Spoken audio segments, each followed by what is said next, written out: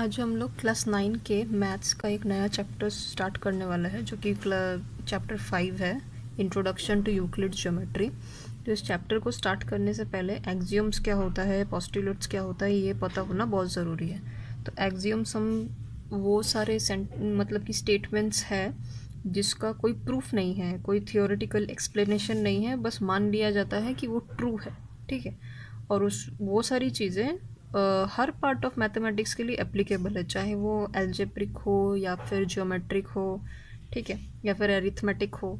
तो एक्सियम्स जो है वो हर पार्ट ऑफ मैथमेटिक्स के लिए एप्लीकेबल है।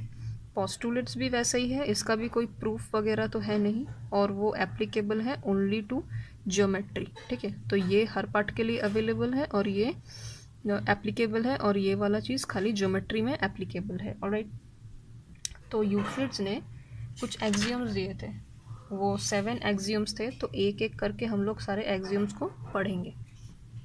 तो पहला एक्सियम है कि things which are equal to the same thing are equal to one another. मतलब कि अगर कोई ऐसा चीज़ है, so for example A equals to अगर बी है और सी इक्वल्स टू बी है, तो यहाँ पे हमको दिख रहा है कि ए भी इक्वल्स टू बी है और सी भी इक्वल्स टू बी है। तो हम क्या कह सकते हैं कि ए इक्वल्स टू सी होगा, बिकॉज ए भी इक्वल्स टू बी है और सी भी इक्वल्स टू बी है। तो मतलब कि ये ए और ये सी ये भी आपस में इक्वल होंगे। तो इसका मतलब वही है कि things which are equal to the same thing, ये ए और B equal to the same thing थे, मतलब कि वो सेम थिंग क्या है, बी के साथ वो इक्वल थे, तो वो आपस में भी इक्वल होंगे। ऑलराइट, उसके बाद सेकेंड एक्सियम है, if equals are added to equal the wholes are equal. यानी कि अगर कोई दो ऐसा चीज़ है जो आपस में इक्वल है, suppose A equals to B है, अगर आप दोनों ही तरफ एक ही इक्वल चीज़ ऐड कर दो, फॉर एग्जांपल आप सी को भी ए के साथ ऐड करो और सी को बी के साथ भी ऐड करो, तो ये आपस में जो है वो इक्वल होगा। इससे भी बेटर एग्जांपल ये रहेगा, नंबर से समझेंगे तो सपोज 2 इक्वल्स टू 2 है, अब 2 के साथ आप 1 को ऐड करो इस तरफ भी और इस तरफ भी, तो ये जो रिजल्ट आएगा वो आपस में इक्वल होगा। राइट, ये दोनों आपस में इक्वल थे और हम लोगों ने एक इक्वल नंबर दोनों तरफ प्लस कर दिया, तो जो रिजल्ट आया वो आपस में इक्वल है। ये इसका मतलब है। नेक्स्ट है third axiom, if equals are subtracted from equals the remainder are equal. मतलब कि कोई दो ऐसा चीज़ है जो आपस में इक्वल है, अगर आप दोनों ही चीज़ में से सेम चीज़ सब्ट्रैक्ट कर दो, यहाँ पे ए से सी को सब्ट्रैक्ट किया, यहाँ से बी से सी को सब्ट्रैक्ट किया, तो ये जो रिजल्ट होगा वो आपस में इक्वल होगा। तो यहाँ पे भी सिमिलर एक एग्जांपल लेते हैं, 2 इक्वल्स टू 2 था, अब 2 को मैंने इस तरफ भी -1 किया और इस तरफ भी -1 किया, तो यहाँ पे आंसर क्या आएगा 1 और यहाँ पे भी आंसर आएगा 1। तो लास्ट में जो बचता है माइनस करने के बाद, तो वो भी आपस में इक्वल होते हैं। उसके बाद fourth axiom, things which coincide with one another are equal to one another. मतलब कि अगर कोई चीज़ और एक चीज़ के साथ कोइंसाइड करती है, ठीक है। फॉर एग्जांपल कोइंसाइड का क्या मतलब हुआ कि सपोज एक सर्कल है विथ रेडियस r, ठीक है, और एक सर्कल है उसका भी सेम रेडियस है r। सपोज ये अगर 1 सेंटीमीटर है, ये भी 1 सेंटीमीटर है, तो अगर इस सर्कल को मैं काट के इसके ऊपर बैठा देती हूँ, तो ये इसका साइड से जो बाउंड्री है वो हमको दिखाई नहीं देगा, तो इसको ही बोलते हैं कोइंसाइड। लाइंस के केस में क्या होता है, सपोज ये एक लाइन है, ठीक है, 4 सेंटीमीटर का, और एक लाइन है 4 सेंटीमीटर का जो मैंने इसके ऊपर ही रख दिया, ठीक है। तो ऐसा तो नहीं होगा कि बाहर से ये लाइन थोड़ा सा और प्रोड्यूस होगा, दिखाई देगा, ऐसा नहीं होता, या फिर यहाँ से भी दिखाई देगा, ऐसा भी नहीं होगा, क्योंकि इसके ऊपर जब मैं रख दूंगी इस लाइन को, तो वो ढक देगा नीचे वाले लाइन को और वो आपस में इक्वल हो गए। इसका ही मतलब होता है कोइंसाइड। तो जो चीज़ें आपस में कोइंसाइड करती है वो एक दूसरे के साथ इक्वल होती है। तो अगर ये इक्वल नहीं होता, फॉर एग्जांपल ये अगर 2 सेंटीमीटर का होता और 1 सेंटीमीटर का सर्कल मैंने अगर उसके ऊपर रख दिया होता, तो इसका 2 सेंटीमीटर का सर्कल के अंदर वो इस तरीके से फिट होता है ना, तो इसका ये वाला पार्ट मुझे दिखाई देता, तो वो कोइंसाइड का चीज़ नहीं है। अगर कोइंसाइड करता है मतलब वो आपस में भी इक्वल होते होंगे, ठीक है। फिर है fifth axiom, the whole is greater than the part. For example एक बकेट है जिसमें 40 लीटर्स ऑफ वाटर है, ठीक है, 40 लीटर्स ऑफ वाटर है। अब मैंने इसी बकेट के वाटर को 4 भाग में डिवाइड कर दिया, तो एक एक भाग में कितना होगा, यहाँ पे 10 लीटर होगा, यहाँ पे 10 लीटर होगा, यहाँ पे 10 लीटर, यहाँ पे भी 10 लीटर। तो whole is greater than a part का क्या मतलब हुआ, इस पूरे बकेट में कितना पानी है 40 लीटर, और इस एक पार्ट में कितना पानी है 10 लीटर, ठीक है। तो ये जो पूरा पानी है वो ऑलवेज एक पार्ट से हमेशा ज़्यादा होगा, तो मतलब कि 40 लीटर वाटर जो है वो हमेशा 10 लीटर ऑफ वाटर से ज़्यादा ही होगा, ठीक है। चाहे आप किसी भी चीज़ को किसी भी पार्ट में डिवाइड कर दो, जो पूरा चीज़ है वो एक पार्ट से हमेशा ज़्यादा होता है। उसके बाद उसके बाद है कि things which are double of the same things are equal to one another. For example एक क्वांटिटी है y जो कि 2x के साथ इक्वल है, ठीक है, और एक क्वांटिटी है z जो कि 2x के साथ इक्वल है। तो ये दोनों ही नंबर जो है वो x के डबल वाले क्वांटिटी के साथ इक्वल है। तो things which are double of the same thing, तो ये y जो है डबल ऑफ x है और ये z जो है वो डबल ऑफ x है। तो ये जो डबल ऑफ हो रहा है, तो ये जो भी कर रहा है मतलब कि y और z ये दोनों भी आपस में इक्वल होंगे, ठीक है। तो things which are double of the same thing are equal to one another, alright.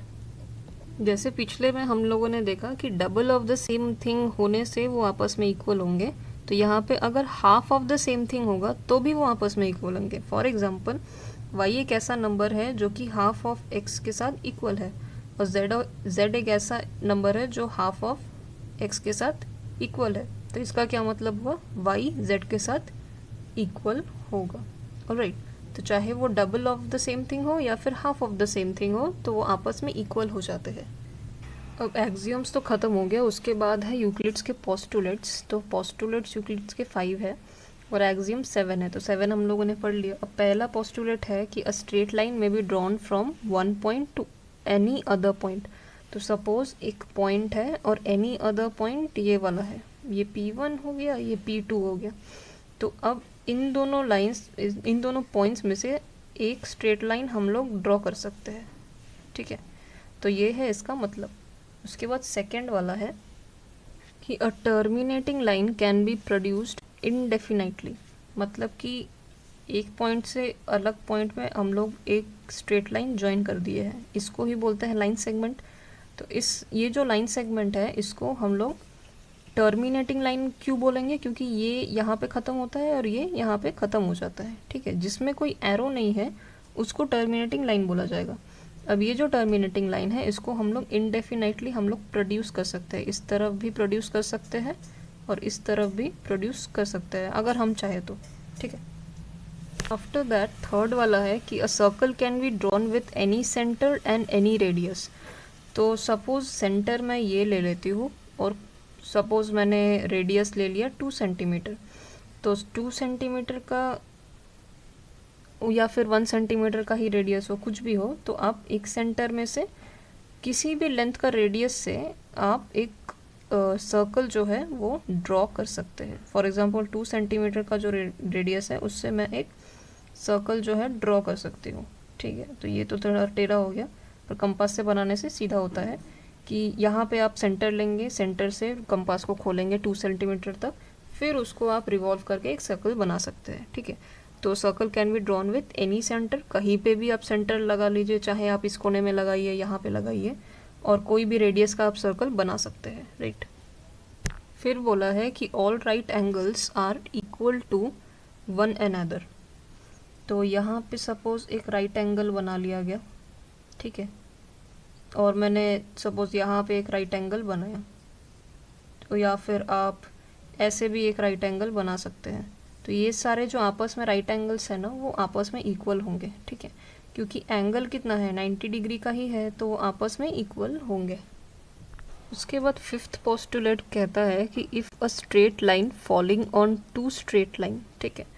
तो 2 स्ट्रेट लाइन कुछ ऐसा है, ये भी स्ट्रेट लाइन है, ये भी स्ट्रेट लाइन है, और इन दोनों के ऊपर एक लाइन गिर रहा है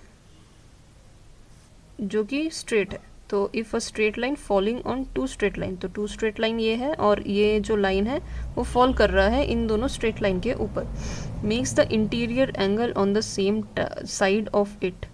तो यहाँ पे एक इंटीरियर एंगल बन रहा है। ये अंदर के तरफ जो भी एंगल्स बनते हैं वो इंटीरियर एंगल, और बाहर के तरफ जो एंगल्स बनते हैं यहाँ पे और यहाँ पे वो एक्सटीरियर एंगल होंगे।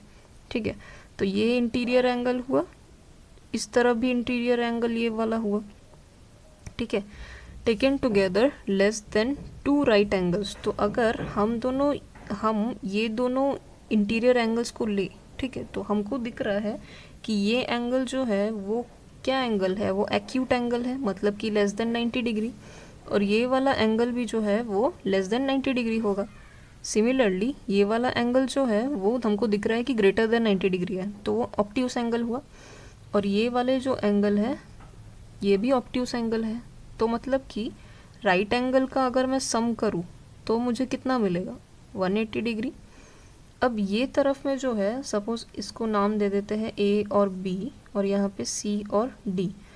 तो ये ए प्लस बी अगर मैं कर दूँ, 90 प्लस 90 तो 180 हो रहा है। अब ए जो है ये भी 90 से कम है और बी जो है ये भी 90 से कम है, तो मतलब कि इन दोनों का जो सम होगा वो भी ऑब्वियसली 90 डिग्री के सम से कम ही होगा, मतलब कि लेस देन 180 होगा। सिमिलरली अगर ये सी और यहाँ पे ये जो डी है इसको मैं ऐड कर दूँ, तो ये क्या हो रहा है, ग्रेटर देन 180 डिग्री दे रहा है, बिकॉज ये एंगल ग्रेटर देन 90 है और ये वाला एंगल भी ग्रेटर देन 90 है, तो इनका सम भी जो है वो ग्रेटर देन 90 डिग्री ही होगा ऑब्वियसली। अब बोला है कि if taken together less than 2 right angles, less than 2 right angles मतलब कि 2 राइट एंगल्स से अगर लेस होता है, तो ये वाला केस में 2 राइट एंगल से हम लोग को लेस वाला क्वांटिटी मिल रहा है। Then the 2 straight lines if produced indefinitely, तो अगर इस लाइन को मैं इनडिफिनाइटली प्रोड्यूस कर दूँ, ठीक है, इसको मैं सीधा लेके जाऊँ और इस वाले को भी सीधा लेके जाऊँ, ठीक है, indefinitely meet on the side on which the sum of angles is less than 2 right angles। तो इस तरफ में हमको less than 2 right angles का सम मिल रहा था, तो इसी तरफ के लाइंस को अगर हम लोग indefinitely प्रोड्यूस कर दे तो ये कहीं ना कहीं पे मीट करेगा। पर अगर ये दोनों जो है इसको सम करने से तो हमको 180 से ज़्यादा ही मिल रहा था, मतलब कि सम ऑफ राइट एंगल्स से ग्रेटर हो रहा था। तो अगर हम लोग इसको प्रोड्यूस करते हैं तो ये कहीं पे भी मीट नहीं करेगा, मीट वहीं पे करेगा जहाँ पे इंटीरियर एंगल का sum less than 2 right angles हो। ओके, फिर एक्सरसाइज 5.1 का क्वेश्चन नंबर 1 में बोला है कि which of the following statements are true and which are false, give reasons for your answer.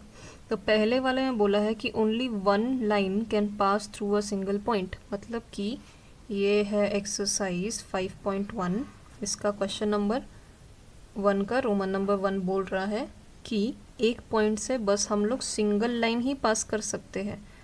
पर क्या ये ट्रू है? ये ट्रू नहीं है, ये फॉल्स है, क्योंकि इस पॉइंट से हम लोग चाहे तो जितना मर्जी लाइन पास कर सकते हैं। ठीक है, तो ये क्या होगा, false. False, infinitely many lines can pass through a single point. तो एक पॉइंट से जितना भी चाहे हम लोग लाइन्स पास कर सकते हैं। फिर there are infinite number of lines which can pass through 2 distinct points. तो सेकेंड वाले में बोला है कि सपोज आपको 2 डिस्टिंक्ट पॉइंट्स दे दिया गया है, अब इसमें से क्या आप इन्फिनाइटली मैनी लाइन्स पास कर सकते हैं? तो ये भी फॉल्स होगा, क्योंकि अगर 2 पॉइंट्स दे दिया जाए तो हम लोग खाली एक ही लाइन उसमें से पास कर पाएंगे, ज़्यादा पास नहीं कर पाएंगे। तो false, because only a single line can pass through 2 distinct points. उसके बाद थर्ड वाले में बोला है a terminating line can be produced indefinitely on both sides. तो ये हम लोग पढ़ चुके हैं पोस्टुलेट 2 में कि ये वाला ट्रू होगा। तो पहले आप क्या लिखेंगे, ट्रू, उसके बाद ये जो पोस्टुलेट 2 का जो स्टेटमेंट था, ऐसे करके मत लिखिएगा कि पोस्टुलेट 2, तो उसका पोस्टुलेट 2 का जो स्टेटमेंट था वो आपको यहाँ पे लिखना पड़ेगा। उसके बाद फोर्थ में बोला है if 2 circles are equal then their radii are equal. तो ये भी ट्रू है। ये हमको कैसे पता ट्रू है? क्योंकि हम लोग यूक्लिड्स के एक्सियम 2 में, एक्सियम 2 नहीं सॉरी 4 में ये पढ़ चुके हैं कि जो सर्कल्स एक दूसरे के ऊपर कोइंसाइड करते हैं वो आपस में इक्वल होते हैं। ठीक है, उसके बाद फिफ्थ बोला है कि if figure 5.9 if A B equals to P Q and P Q equals to X Y then A B equals to X Y. तो मतलब कि अगर A B equals to P Q है और P Q equals to X Y है तो हम लोग बोल सकते हैं कि A B equals to X Y होगा। तो दिस इज़ ऑल्सो ट्रू। ये कौन से एक्सियम से हमको पता चलता है? एक्सियम 1 से हमको पता चलता है कि दिस इज़ ट्रू। ऑलराइट।